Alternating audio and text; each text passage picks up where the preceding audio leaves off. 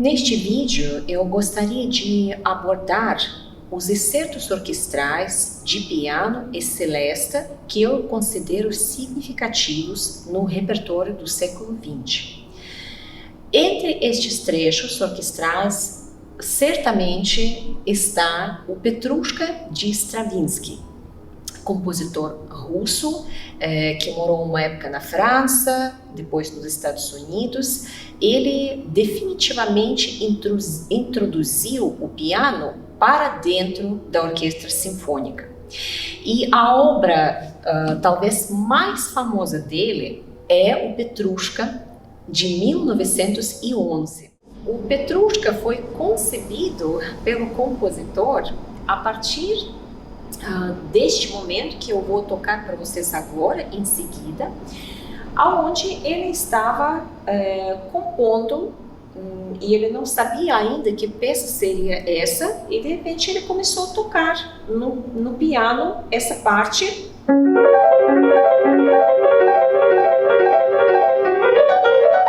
E daí por diante, e de repente surgiu na cabeça dele este personagem chamado Petrushka, que é um boneco do Teatro dos Bonecos, e Stravinsky imaginou esse personagem, que é um boneco que de repente fica vivo, né?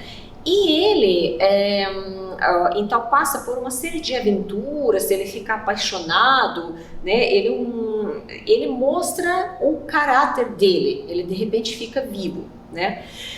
Então essa ideia de um personagem bastante excêntrico surgiu então na cabeça do Stravinsky, e a partir desse momento, né, que eu toquei no piano, que depois vocês vão ouvir, surge então a concepção de todos os outros personagens e concepção da história desse balé, e ele então escreve essa obra que se tornou talvez a obra mais famosa do século XX. Todas as orquestras apresentam essa peça e muitas vezes até chamam um grande pianista solista para tocar dentro da orquestra.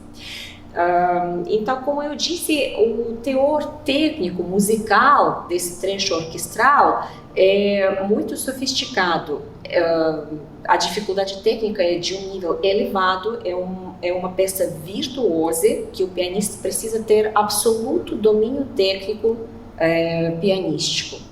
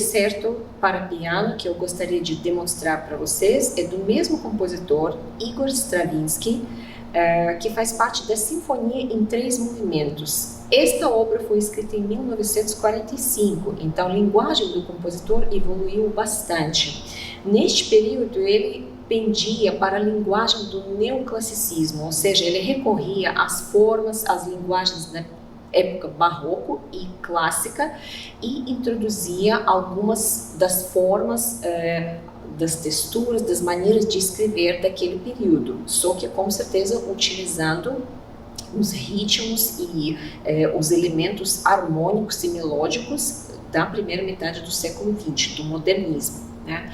Então a parte de piano aqui, ela é parte estrutural, como se ela fosse um baixo contínuo de um concerto grosso. Né? No primeiro movimento, o piano participa em vários momentos. Ora, ele toca figuras extremamente rítmicas junto com outros instrumentos. Aqui o compositor mistura técnica de sobreposições de tonalidades, técnica de clústeres que ele utilizava no decorrer de toda a vida dele, e também ele recorre às linguagens como prelúdio e fuga. Vou demonstrar o primeiro trecho onde o piano faz batidas ásperas, brutais, junto com outros instrumentos de orquestra, e aqui esse trechinho ele exige um senso de ritmo muito aguçado para que o pianista fique firme e que ele possa executar exatamente o que está escrito, contando corretamente e estando junto com os demais instrumentos.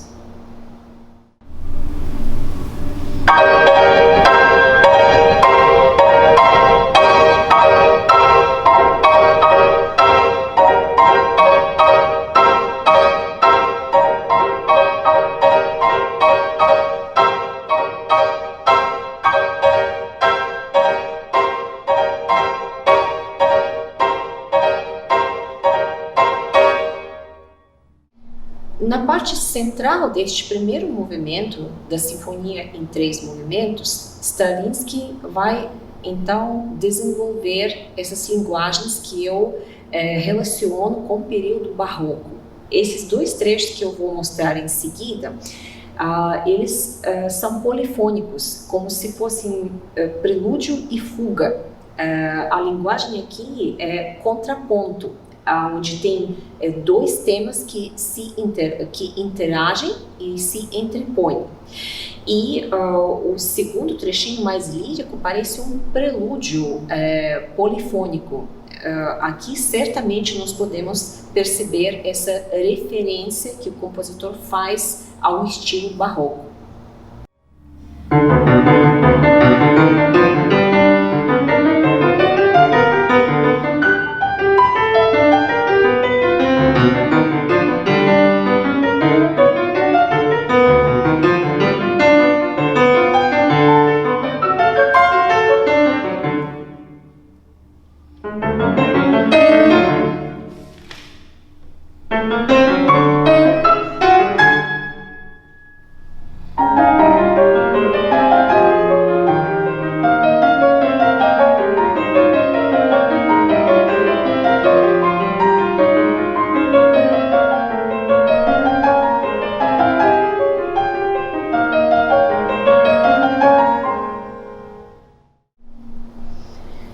No terceiro movimento, o piano também tem participação muito intensa, a linguagem aqui é muito complexa, o piano faz parte do conjunto de orquestra, ele interage o tempo todo com vários instrumentos, ele faz parte estrutural, ele estrutura todos os outros instrumentos ao seu redor.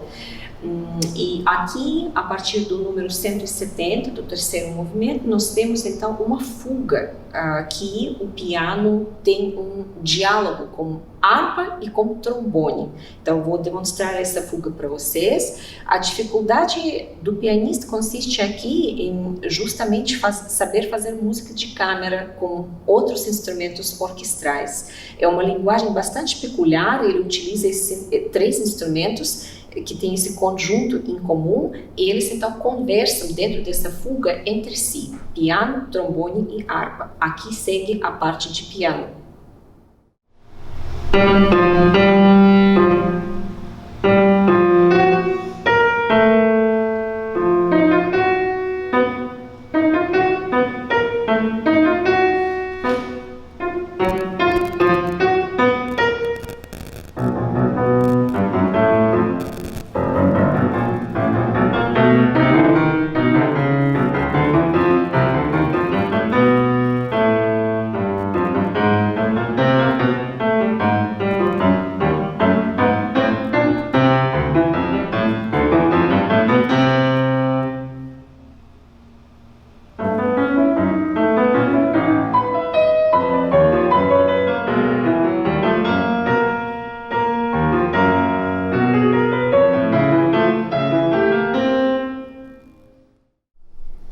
O próximo trecho que eu gostaria de demonstrar para vocês faz parte da peça de Leonard Bernstein, que é um compositor americano, e nesta peça ele desenvolve linguagem jazzística. A peça é escrita para jazz band, porém o nome desta peça, Prelude, Fugue and Riffs, remete também às formas do período barroco, que é prelúdio, fuga and riffs. Riff é um termo em inglês americano, né, que refere a um motivo melódico que se repete várias vezes, como se fosse uma improvisação. Então, o piano não participa no prelúdio e no fuga. O prelúdio é para instrumentos de metal, a fuga é para conjunto de saxofones, e depois no terceiro movimento o grupo inteiro toca. Então, o que é interessante aqui, que o Bernstein escreveu então essa obra em 1949, né? Justamente ele criou essa peça no mesmo período que Stravinsky criou a Sinfonia em 3 movimentos, e Stravinsky também estava naquela época explorando a linguagem de jazz. Então aqui a linguagem pianística, ela é uma linguagem de jazz, é um jazz escrito. É uma parte extremamente virtuosa, onde o piano introduz esse tema de improvisação, e depois os outros instrumentos vão improvisando em cima. Então a parte exige um nível técnico bastante elevado, um preparo rítmico também muito sólido, e exige um virtuosismo próprio para esta linguagem.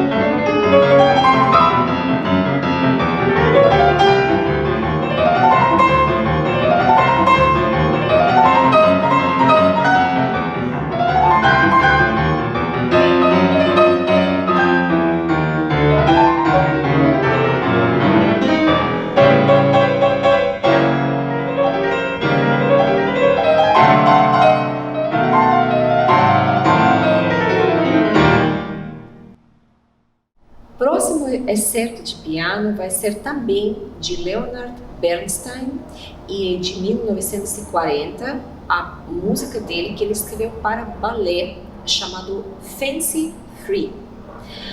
É um balé em várias cenas, e o Zesp chegou a gravar essa peça, né, para os CDs da coletânea das músicas de Bernstein. Então vocês podem verificar, tem no Spotify, tem no YouTube disponível. O piano aqui participa o tempo todo. aqui é uma linguagem que junta a orquestra sinfônica grande com o jazz band que está inserido dentro desta orquestra sinfônica grande. No primeiro movimento que eu vou demonstrar, um trecho de piano, tem uma dificuldade de realmente se entrosar com o restante de orquestra, porque todos os outros instrumentos participam nesse diálogo que o piano vai tocando, né? Então a questão do encaixe aqui dentro do conjunto é bastante complexa. Então o pianista que vai executar essa parte, ele precisa ter muita experiência de tocar com outros instrumentos, com vários outros instrumentos, né? Porque é música de câmara, só que dentro do contexto de uma orquestra grande. É uma parte extremamente rítmica, que exige domínio absoluto de piano, um nível técnico bastante elevado também.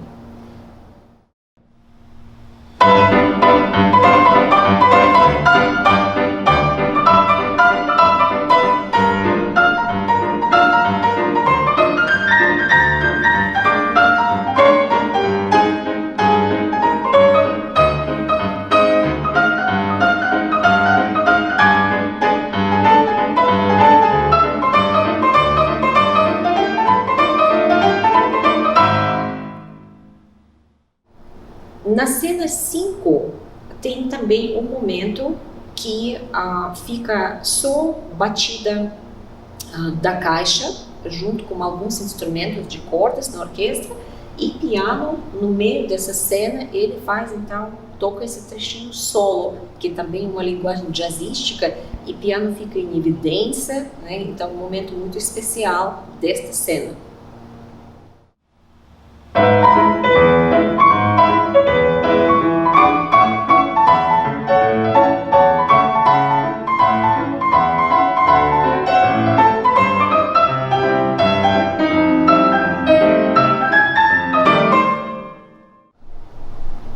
Na parte final, na cena 7, o piano ocupa também um papel de destaque.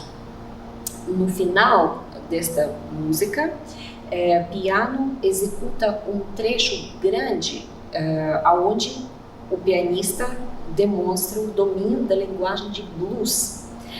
É um trecho em destaque, onde o piano fica sozinho, só acompanhado pelas batidas de alguns instrumentos de percussão e algumas intervenções dos instrumentos de metais, de cordas, e é um trecho que ocupa parte bastante central deste movimento.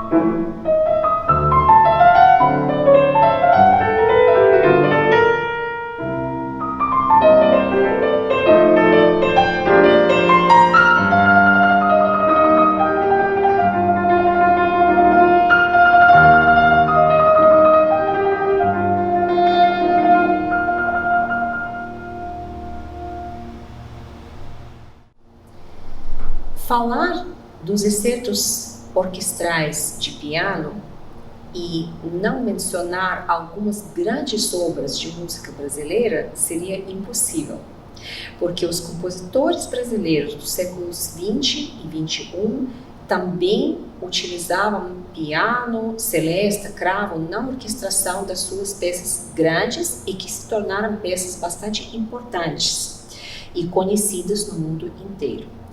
O primeiro trecho que eu vou abordar é de compositor brasileiro Almeida Prado. Ele escreveu música para o filme mudo de André Savage, de 1928, que o filme ele mostra cenas de Paris dos anos 20. E então, John Nash encomendou para o Almeida Prado música para acompanhar este filme. E Almeida Prado, então, escreve vários trechos orquestrais para acompanhar o filme mudo que vai passando no telão e a orquestra inteira fica acompanhando essas cenas. Almeida Prado foi compositor muito importante na escrita para piano. Ele produziu muitas obras importantíssimas, como famosas Cartas Celestes dele, várias sonatas para piano e várias outras peças. Na linguagem dele, ele utilizava bastante técnicas tonal, atonal, politonal, sobreposição de tonalidades, Então, nessa peça, particularmente, o que me chamou a atenção quando eu participei, tem um momento que a orquestra inteira para e Almeida Prado escreve, então, um tango à la Stravinsky para acompanhar determinadas cenas que estão passando no telão naquele momento do filme, E quando eu toquei na orquestra essa peça, o próprio Almeida, ele conversou comigo e disse que eu podia apresentar essa peça até independentemente da orquestra, como uma peça para piano solo. Então, a dificuldade aqui é compreender a linguagem do Almeida, que é bastante complexa. Não é um tango qualquer, é um tango à la Stravinsky. Então, é um tango áspero, sarcástico, tem clásseres, é uma linguagem muito peculiar.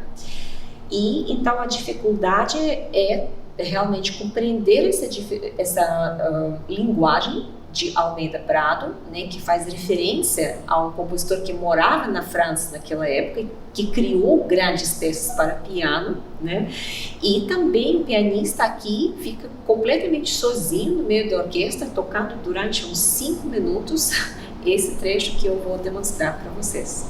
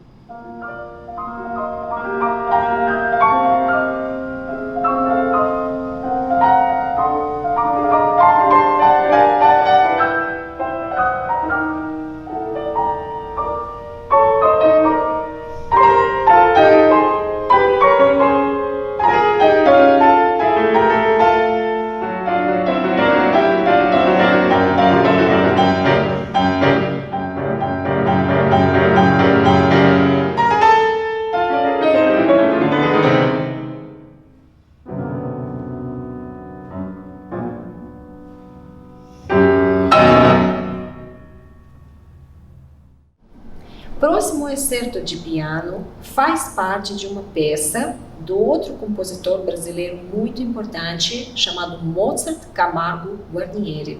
E essa peça, Flor do Tremembé, foi escrita em 1937 para um grupo de 15 solistas. E é um chorinho camerístico. Aqui, Guarnieri recorreu à orquestração com a intenção de incluir os instrumentos que são fundamentais para o choro, e piano é um destes instrumentos. Além de piano, tem reco-reco, chocalho, tem cavaquinho, tem saxofone, tem clarinete, flauta e alguns instrumentos de cordas e de metais. Fagote também, dos sopros, que é muito importante para o choro também. Então, parte de piano aqui é uma obra curtinha, né? E ela é feita em 3 partes, e a parte central contrasta as partes rítmicas do início e do fim. Então, na parte central acontece esse trecho de piano que é mais lírico, é tipo uma seresta, uma modinha, só que no estilo de Guarnieri, que é uma linguagem muito interessante, cheia de cromatismos no acompanhamento, como um tema que vai surgindo por cima desse diálogo harmônico que acontece no meio. É onde o pianista também fica bastante evidente em meio a toda aquela orquestra, né? E os músicos da orquestra vão acompanhando neste momento o pianista.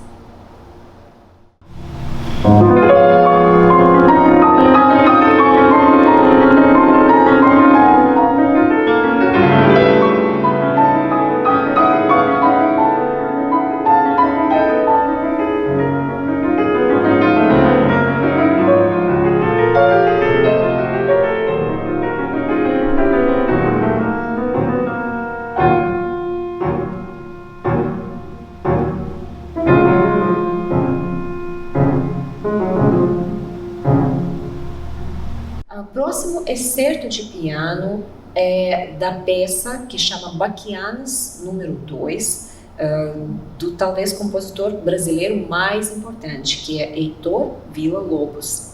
Essa Bachiana foi escrita em 1930. E o quarto movimento das Bachianas é uma tocata com a parte de piano que imita essas engrenagens do trem. Esse quarto movimento das Bachianas número 2, que tem nome de Trenzinho Caipira, se tornou talvez uma composição orquestral mais querida do público brasileiro e no exterior também, ela é bastante famosa. Foram feitos vários arranjos para conjuntos diferentes depois, para o piano solo, para banda, e existem inúmeras transcrições com coral cantando junto com acompanhamento de alguns instrumentos, enfim. Essa parte eu considero como uma das mais difíceis em termos técnicos, que já foi escrita para piano na orquestra. Eu vou demonstrar para vocês esse trecho que representa um nível de dificuldade muito elevado. Eu costumo utilizar esse trecho tocando como parte dos meus estudos técnicos do dia a dia, porque é um trecho para realmente esquentar, né, antes da gente começar a estudar qualquer outra coisa. Ele pode ser utilizado, esse excerto de piano, como um pequeno estudo de técnica.